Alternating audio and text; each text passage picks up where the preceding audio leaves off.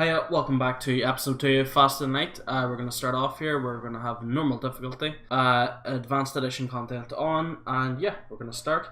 As you can see, I rename a ship, and yeah, let's go. The data you carry is vital to the remaining Federation fleet. You'll need supplies for the journey, so make sure to explore each sector before moving on to the next. But get to the exit before the pursuing rebel fleet can catch up. Let's start, let's pause. Actually, let's take a look at our ship. As you can see, we start off with a very little power, but fortunately our crew members here provide one power to the system they're in. Yeah, so let's get started. I think we're going to take off the med bay and power up the halberd beam. The great thing about the halberd beam is that it can go through shields. It can go through one layer shields, and that means that it only does 1 damage to the room, but eventually whenever we have more weapons it'll do 2 damage to the room whenever the shields are down. So yeah, let's unpause here and let's look at our first jumps. Straight away you can see we've got a distress. Let's go to that. Hopefully there's a random event or we get an easy ship. It appears the distress beacon is coming from the surface of a nearby moon. Your sensors are picking up a single life form. Go down to the surface and investigate. You find a colony that seems to have been recently attacked. Exploring the devastation, you find a lone survivor. Let's invite him to join our crew, and straight away we get a crew member. Now let's put him into the shields. Oh, he's actually really good at engines, so let's put him in engines and let's put Turla in the shield room. As you can see here, coming down, these here are the skills that your crew members get, and you get them by slowly training them up. So Mari, he's the captain of our ship, and Turla, he's in the shields, and John's in the weapons. Per Charlie here, he's in our engines, and yeah, we're just going to save our crew members so that whenever if there's like a fire in a ship or we have to move our crew members around, it's as easy as just clicking this button and they'll all go back to their systems. So yeah, let's go on to the next jump, and as you can see here, once you jump up you see these here with yellow lines leading off from the beacon. These here are your next available jumps, and it's always worthwhile looking at them and seeing where you can jump to next. So as you can see, if one up to here and here, I can only jump down to here, but this here beacon needs still a lot more options, so I think we will continue along here. Yeah, let's go on down to this here beacon and hopefully we'll get our first ship. It looks like this beacon is home to a rebel checkpoint. They're stopping and searching any ships that pass through. Civilians are being harassed and Federation members are detained. The rebels haven't noticed yet. Let's fend of ourselves and attack the ship. It's always worthwhile at the start to attack ships because it's worth scrap, it's worth experience for your crew, it's just a lot better. Let's turn on auto fire mode and yeah, let's attack. Now as you can see, my Zoltan shield basically took the damage from that there first attack. It eats up the damage first before it gets to your normal shield, and yeah, that's why I think it's one of the more powerful augmentations of the game. And the halberd beam is going straight through that one layer shields, and it's going to destroy the engines, the weapons, the shields and the oxygen, which puts them at a major disadvantage. So yeah, we're going to finish off our first ship here. Easy scrap, easy life. As you can see, we got about 12 scrap and about 1 or 2 fuel and a few different things. So as you can see here, the rebel fleet is coming in here to our left. We have to stay away from that there area while also exploring the system. So let's go up to here. You see a small station fitted with hundreds of repair drones. You receive an automated message. We don't know who you are and we don't care, but this is the right place for some ship repairs. Let's ignore the station. We're not damaged. We don't have the scrap for any of it, so let's just go down. You can see here is a store, but I'd like to try and get a bit more scrap before I can go down there, because otherwise it is just pointless. You can see that the rebel fleet's gonna basically attack these here stars, or beacons, sorry.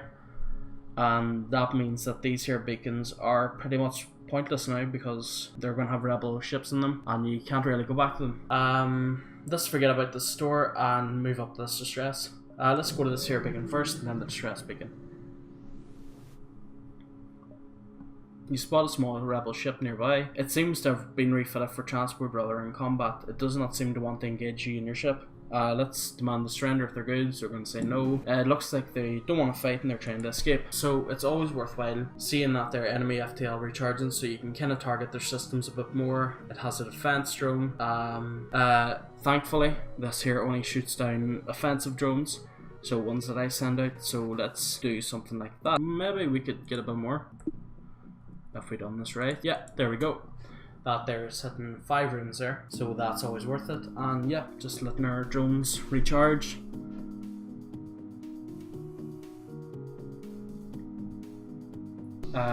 yeah, you see John got experience there for shooting and hitting the enemy ship. So he gets a wee bit of experience. He got 4 out of 65 there. And yeah, we should destroy this ship next hit. Thank God. Yeah, we got the ship. Didn't jump away. We got 1 fuel, 2 missiles, 8 scrap. You search the remains of the ship, but only come across blueprints and debris from broken machinery. A shame, but you take what scrap you can salvage. Continue, and let's go to this distress beacon. Distress beacons tend to be random events, ships, and yeah, they're always worthwhile to go to. Hopefully you get a good event, the ones that unlock ships at the start, or ones that give you a load of scrap, or anything like that there. The distress signal is coming from a small space station orbiting an uninhabited planet. Their satellite defense system has gone haywire, and the repair crew can't approach without being fired on. They're looking for help to fix or disable it. If we had an ion weapon, we could have gotten a third option here, which would have allowed us to disable it, but unfortunately we don't, so let's just promise to help. You consider your options, simply firing the defense system from a distance, hopefully. Yeah. You fire a few volleys from a distance and it's clear the defense system is no match for your weapons. However, the station does not seem happy with your solution. You salvage what you can and jump before there is any trouble. Yeah, we got 9 scrap. Always worthwhile at the start anyway. And yeah, let's go to this here beacon up here. What at first seems to be a simple nebula is actually filled with a good amount of debris from brutal exchange between several ships. Wreckage drifts by your screens and tumbles into the depths of the nebula to be lost to sight. It's hard to determine who the combatants were without closer investigation. Let's investigate the battlefield. You scan the battlefield and find that it remains disappointed you prepare to jump. So I think if you had advanced sensors, you could have got a third option again, which would have give you more information, bigger reward, things like that there. So it's always worth to have the right kind of systems and like a mix of systems and weapons, so that you can actually do these random events. You arrive, your screen lights up with warnings. A nearby pirate seems to have advanced hacking tools, and they try to shut down your engines. Your crew members barely keep them operational and you move into attack. Yeah, you see the shield is over here. It's not worth getting, so you should try and damage as many systems as you can. Let's do their engines, their weapons and their oxygen. Yeah, let's get back into action, and we're going to destroy the ship here with our next volley with the halberd beam. This at the very start, ships are really no match for you. Yeah, that's why I like this here design layer of the ship, because the halberd beam cuts through 1 layer of shields, and at the start everyone's only got 1 layer of shields. With the pirate ship destroyed, your ship system is restored to full functionality. Salvage what you can from the debris. So we got 3 fuel and 18 scrap, which is a better reward than we got so far. So let's try and maximize the amount of stars we can get to before the rebel fleet comes to exit before we can.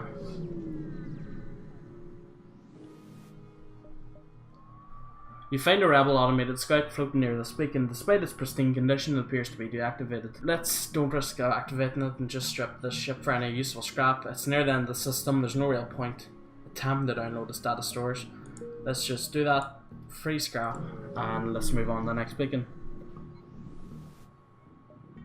A missile shoots across your bow when the jump completes. Your scans reveal a ship with pirate markings pursuing an unknown vessel. The pirate tells you, "Damn, we weren't expecting company. Stay out of this and you could profit." So if we basically stay out of the fight, we get a free 2 fuel, 1 drone component and 8 scrap. We can try and be a hero, attack the pirate ship. I think we're going to do this, because there's potential that we can get more scrap, and we're just going to wreck it anyway. It only has a hull laser and a burst laser, so we'll be able to take us down, no bother. And it is Mighty Slugboy ship, because that there's a slug ship. So let's try and be a hero, attack the pirate. Let's load up our weapons, do something like that. That's got 4 systems, all 4 of the main systems. This should be easy.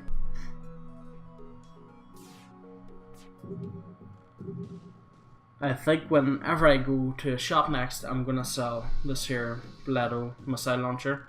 I think it only sells for about 10 scrap, but at the end of the day it's 10 scrap and I'm never going to use it. I'd have to upgrade the weapons and more power, and it's just a hassle and I don't want to use it. So we got the ship destroyed. never done any damage to us. The pirate explodes, leaving behind a substantial collection of useful scrap material. You go to examine the ship you just saved. 9 scrap. Thank you for the aid.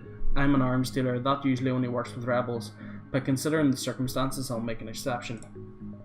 So we do actually get a store. We can get stealth weapons,